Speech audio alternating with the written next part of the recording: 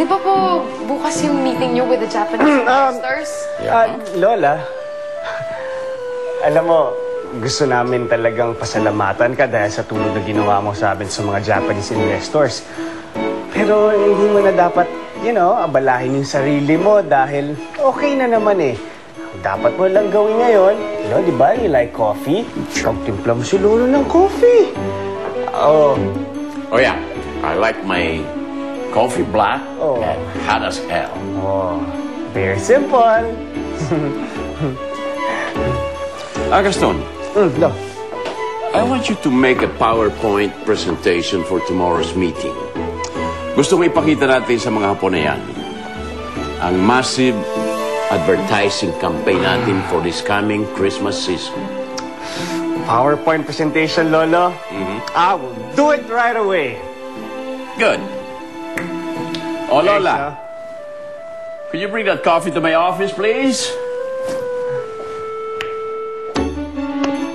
Woo! Bullshit! Coffee black and hot as hell. PowerPoint presentation, may lakad ako mamaya. Bakit ka nagtimpla ng kape? Ikaw nga itong nag-utos eh. Ako ba? Sorry. Sige na. Pero kasi alam mo, Lola, may naisip lang ako na meron din palang ganyang katulad mo, no? Don't get me wrong dahil akala ko lahat ng ganyang kasing ganda, yung ganyan, no? Yung utak hangin ng laman. Meron din palang mga nilikhaang Diyos na mga talagang, complete package. Beauty and brains, ha? You like that, ha? Thank you. I know! Kaya nga, alam mo, ikaw naisip ko na gumawa ng PowerPoint presentation na sinasabi ng Lolo para dun sa ad campaign para sa mga alak. Ay, gusto ko yatang ma-impress yung mga Japanese investors. Tsaka isa pa, tingnan mo naman. This might be your chance na pakita natin kay Lolo na mayroong ibang posisyon para dyan sa galing mo. Ha? Ano? What do you think? I'll do it. Yes!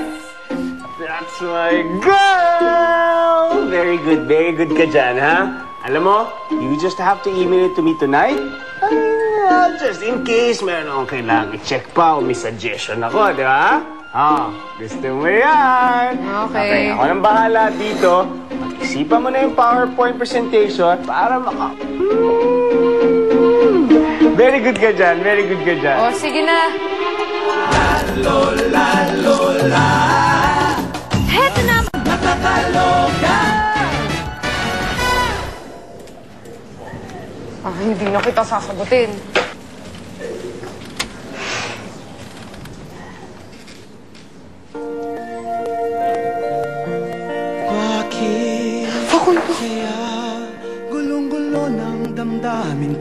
Hindi maintindihan ni Lola ang nangyayari sa kanya. Tuwing nakikita niya si Facundo, inilalabas ni Facundo sa kanya ang mga damdamin na kailangan ay hindi pa niya naranasan. Magkahalong excitement and fear.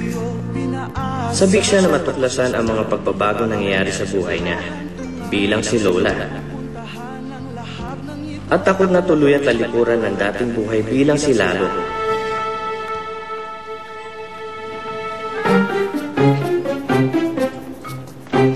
Lola?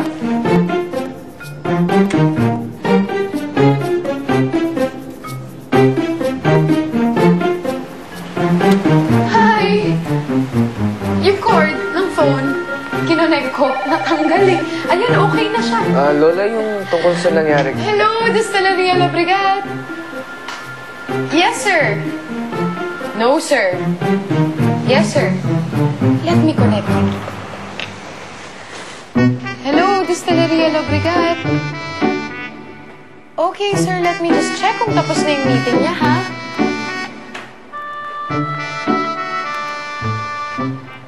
Fairness, ang gwapo ni Gago. No, sir! Hindi ka gago! Hindi pa po tapos yung meeting niya. Call back in 10 minutes. Thank you!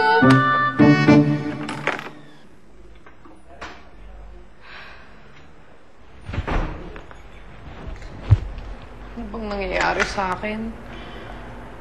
Facundo na lang iniisip ko. Kahit saan pa ako tumingin, puro Facundo na lang.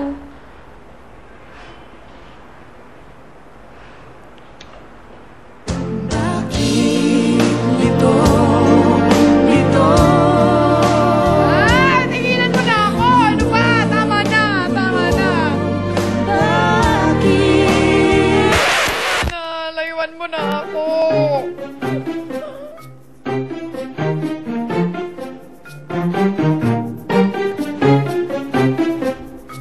Uy, okay ka lang? Pupunta akong poolside. Gusto na ako. Tama ka? Piluran tayo. Gusto mo? Ha? Hindi ako masusuka, promise. Walang mali siya. Meron ditong tanong na malapit lang dito sa amin. Doon ang kanilang lagusan patungo sa isang liblib na lugar. Kailangan namin yung papuntahan. Meron kami kasi Ano to? yan ang susi ng lagusan. Susi sa lagusan. Ha? Pare, paano kung totoo yung sinasabi ng matanda? Itong bato na to ang sagot sa mga problema ko. Ito yung makakatulong sa akin. Gary, tulungan mo ako. Nakakabaliw na maging babae. Gusto ko na bumalik sa pagiging lalaki. Sige na.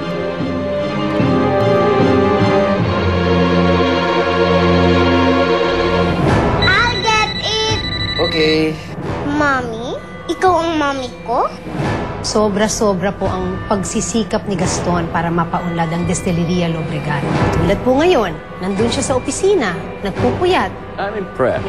Sa iyo ko ipahawak ang merger project natin with the Japanese. Gary, ito yung tala na sinasabi ng matanda. Ang dami naman ng gang dito. Matay ka. Tayo. Sino kayo? Siya ang dating lalaki ng Doc kay Ada. La Lola. La Lola.